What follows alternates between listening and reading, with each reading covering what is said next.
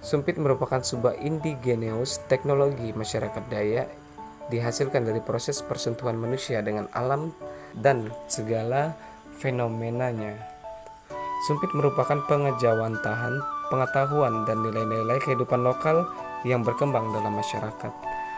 Secara garis besar terdapat 4 nilai luhur yang terkandung dalam sumpit, yaitu perjuangan bertahan hidup, survivalstruggling, kedua pemahaman terhadap kehidupan, understand for natural life, ketiga keterampilan atau skill, dan sacral sacred values.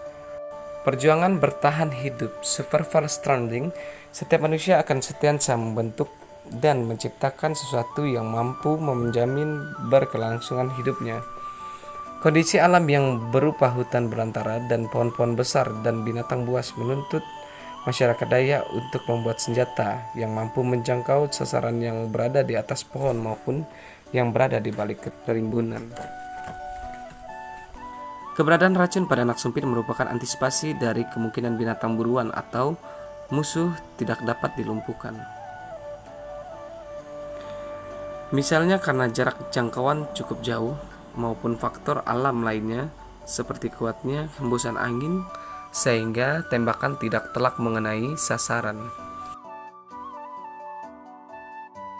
Jika binatang buruan atau musuh tidak terkena bidikan dan bahkan balik menyerang dengan cukup cepat, maka sangkoh yang berada pada ujung pipa sumpit yang terbuat dari kayu keras segera berubah menjadi tombak dan dengan sendirinya menjadi senjata pertahanan diri yang cukup efektif pada pertempuran jarak dekat.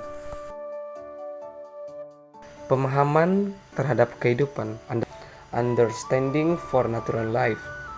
Penggunaan sumpit dengan segala keterbatasan mengharuskan orang Dayak mengetahui dan memahami kondisi dan potensi yang alam yang mereka tempati. Racun yang digunakan untuk mengolesi damek misalnya merupakan bukti pemahaman mereka terhadap potensi yang dikandung oleh tumbuh-tumbuhan. Kearifan lokal suku Dayak, mereka juga harus pandai menghitung waktu dan membaca arah angin sehingga memanfaatkan sumpit bisa berfungsi dengan maksimal. Sehingga untuk menyumpit maka seseorang tidak boleh berlawan atau memotong arah angin karena bisa menyebabkan bidikan melenceng dari arah sasaran.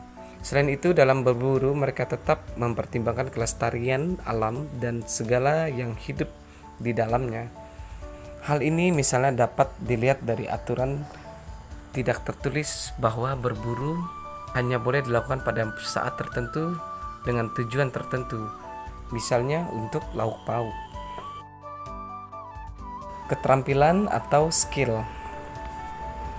Agar senjata sumpit suku Dayak dapat berfungsi secara maksimal, maka diperlukan keterampilan khusus sejak pembuatan sampai ketika menggunakannya. Pada tahap pembuatan misalnya seseorang harus benar-benar ahli untuk membuat lubang lurus pada kayu. Jika lubang yang dibuat tidak lurus, maka sumpit dihasilkan tidak akan berfungsi secara maksimal.